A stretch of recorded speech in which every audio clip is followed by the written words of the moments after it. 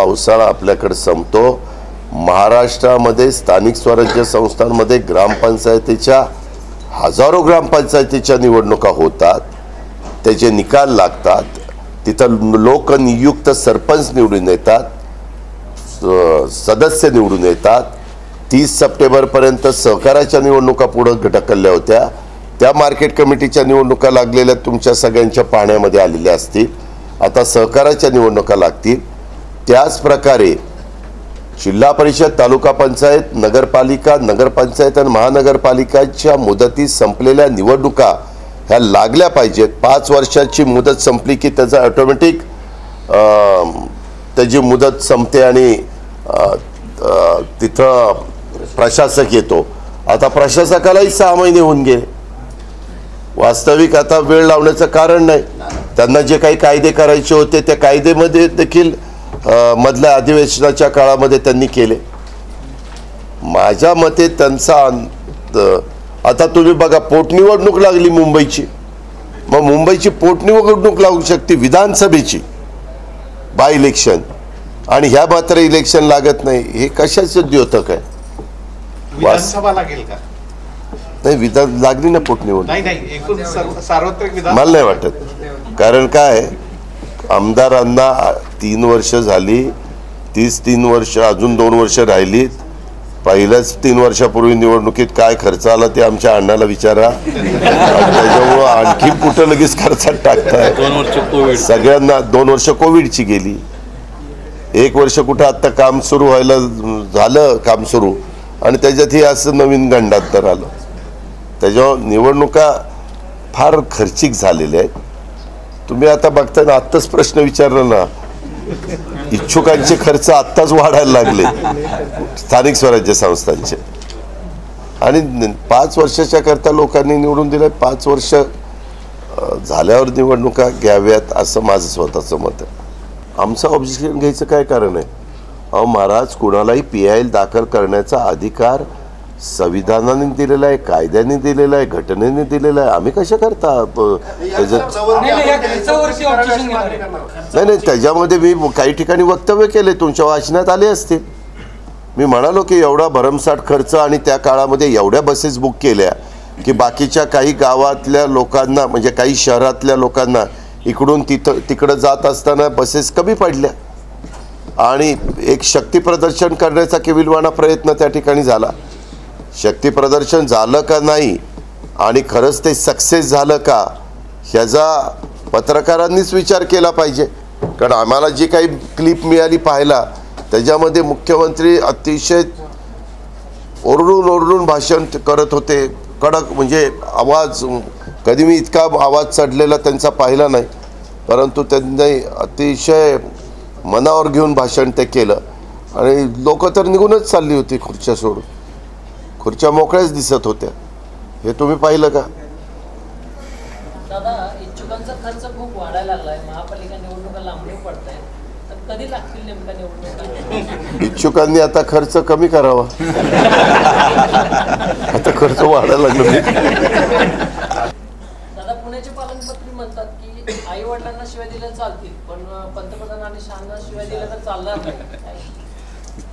काय आता हे विनाशकाले विपरीत बुद्धीच म्हणायची वेळ आली. मला पण आता दिलं कोणी. आई वडिलांना शिव्या द्या चालेल, आईवरून शिव्या देणे कोल्हापूरची पद्धत आहे. नरेंद्र मोदी आणि बहिणींना शिव्या देणं सहन करू शकत नाही. अहो, आपली संस्कृती, आपला इतिहास, आपली परंपरा काय सांगते? कुणाला शिव्या देऊ नका ना. 2 व्यक्तींनाच काय, कुणीच कुणाला शिव्या देऊ नये.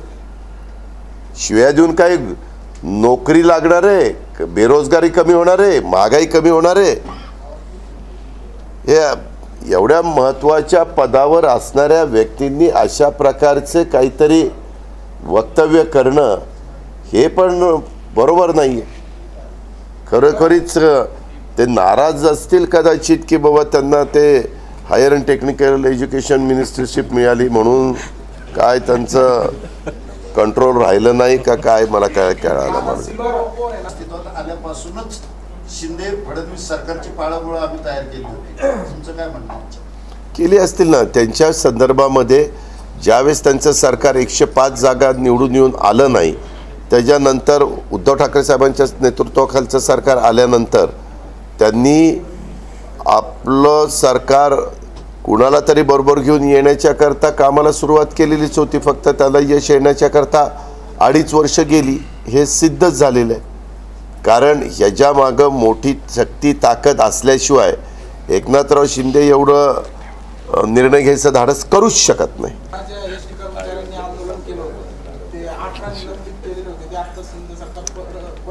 दुसरी काय अपेक्षा करणार शिंदे सरकारकडनं? त्याच्याबद्दल बेरोजगारांना रोजगार देता येत नाही आणि महागाई कमी करता येत नाही. त्याच्यामुळं हे असल्या काहीतरी ज्याची आज काही गरज नसताना नको त्या गोष्टी करायचा प्रयत्न केविलवाणा यांचा चाललेला आहे. लोकांचं लक्ष महागाई आणि बेरोजगारीकडनं डायव्हर्ट होण्याच्या करता आम्ही काहीतरी वेगळं करतोय हा दाखवण्याचा त्यांचा केविलवाणा प्रयत्न आहे. याचा अर्थ आपल्यापेक्षा जास्त चांगल्या प्रकारे कामं करणारी शहरं देशामध्ये पुढं आलीत ह्याची नोंद कॉर्पोरेशननी घेतली पाहिजे. त्याच्यात कुठं कमी पडलोय त्याचं आत्मचिंतन आत्मपरीक्षण केलं पाहिजे आणि त्याच्यातनं एकेकाळी बेस्ट सिटी इंडियातली म्हणून ज्या महानगरपालिकेने पारितोषिक मिळवलेलं होतं डॉक्टर मनमोहन सिंगांच्या काळामध्ये, योगेश बहल मला वाटतं महापौर होता त्या काळात, अशा प्रकारचं नावलौकिक असणारं आपलं शहर आणि आज 19व्या नंबरवर जातं आहे. हे एक प्रकारचं कॉर्पोरेशनचं अपयशच आहे.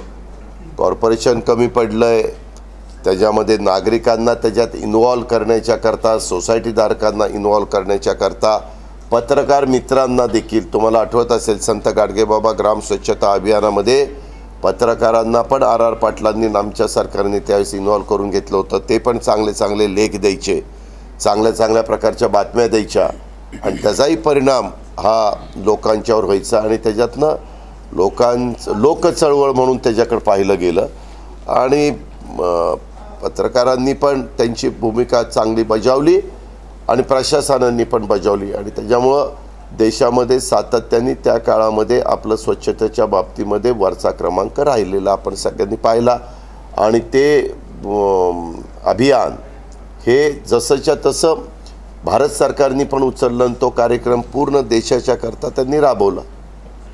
आता दादा दिव्यांगांसाठी परवाना दिला असताना टपऱ्या उचलतात काय दिव्यांगांसाठी काय काय काय दिव्यांगांसाठी परवाना असताना टपऱ्या उचलतात अपंगांना. नाही, जर परवाना दिव्यांगांच्या बद्दल असेल, इतरांच्या बद्दल असेल, कुणाच्याही बद्दल जर परवाना असेल तर उचलता येणार नाही त्यांना. फक्त परवाना ऑथेंटिक असला पाहिजे. शिवसेनेचा वाद जो आहे तो आता अंतिम टप्प्यात आलेला आहे. अंतिम टप्प्यात आला तसं नाही हो. अंतिम टप्प्यात आला म्हणजे एखाद्याला वाटेल की एकनाथराव शिंदे उद्धव ठाकरे साहेब बसले आणि त्यांची चर्चेला सुरुवात झाली आणि कुठंतरी आता ह्याच्यातनं मार्ग निघणार, त्याला आपण अंतिम टप्पा म्हणतो. परंतु उलट दसऱ्याचे दोघांचे मेळावे बघितल्यानंतर ते अंतिम टप्प्यात न येता ते आता इतकं म्हणजे स्फोटक झालेलं आहे असं पाय. हो, चिन्हाचा वाद जो आहे त्याच्याविषयी वाद सुरू आहे. तुमची काय, तुम्हाला काय वाटतं? माझं वैयक्तिक ते हे का हिंदू हृदय सम्राट सरसेनापती बाळासाहेब ठाकरे साहेबांनी काढलेली ही शिवसेना हे सगळ्या महाराष्ट्राला देशाला माहिती आहे आणि त्यांनी स्वतः हयात असतानाच शिवतीर्थावर शिवाजी पार्कवर सांगितलेलं होतं की आता माझं वय झालेलं आहे, आता माझी शिवसेना प्रमुखाची जबाबदारी मी उद्धव ठाकरेंच्यावर देतो, तुम्ही सगळे शिवसैनिक मला साथ देणारे मी आता उद्धवजींना साथ द्यावी असं त्यांनी आव्हान केलेलं होतं. आणि त्यांनी त्यांच्या साक्षीनं आता एक युवा नेतृत्व म्हणून मी आदित्य ठाकरेंना पण त्या ठिकाणी तुमच्याकरता देतोय असं सांगितलेलं होतं. हे आम्ही स्वतः TV वर बघितलं होतं आणि पेपरमध्ये वाचलेलं होतं, फोटो त्याचे आलेले होते. त्याच्यामुळं ज्यावेळेस ज्या व्यक्तीने ती काढलेली आहे, एकट्या बाळासाहेब ठाकरेंचंच हे योगदान आहे शिवसेना उभी करणं आणि नंतर त्यांच्या भाषणांनी त्यांचा जो काही विचार होता त्या विचारांनी ते महाराष्ट्राच्या सर्व दूरपर्यंत पोचण्याचं काम झालं आणि एक राज्यातला महत्त्वाचे जे 4 पक्ष आहेत त्याच्यामध्ये देखील शिवसेनेचा उदय झालेला आपण सगळ्यांनी पाहिला. आता त्याच्यात वाद होत असताना आता सुप्रीम कोर्टाने तर ते निवडणूक आयोगाच्याकडंच सोपवलेलं आहे. तर निवडणूक आयोगाने ह्या गोष्टीचा विचार करावा. शिंदे गटाने तर आज देखील तुम्ही पण सगळे आणि बाकीचे पण शिवसेना शिंदे गट म्हणतंय, त्यांचा उल्लेख करतो की नाही आपण, आणि मूळ शिवसेना म्हणून उद्धव ठाकरे साहेबांच्या शिवसेनेचा उल्लेख करतो. ही वस्तुस्थिती आहे. आता मी काल कोल्हापूरला होतो, त्याच्या आधी मी सातारला होतो, त्याच्या आधी मी उस्मानाबादला होतो या 5-6 दिवसात. त्यावेळेस मी तिथंही ज्यावेळेस तुमच्यासारख्या पत्रकार मित्रांशी चर्चा करायचो किंवा नागरिकांशी कार्यकर्त्यांशी, त्यावेळेस ते हेच म्हणायचे, शिंदे शिवसेना शिंदे गट आणि मूळ शिवसेना. आता ह्याच्याबद्दल निवडणूक आयोगाने निर्णय घ्यायचा. चंद्रकांत पाटलांचं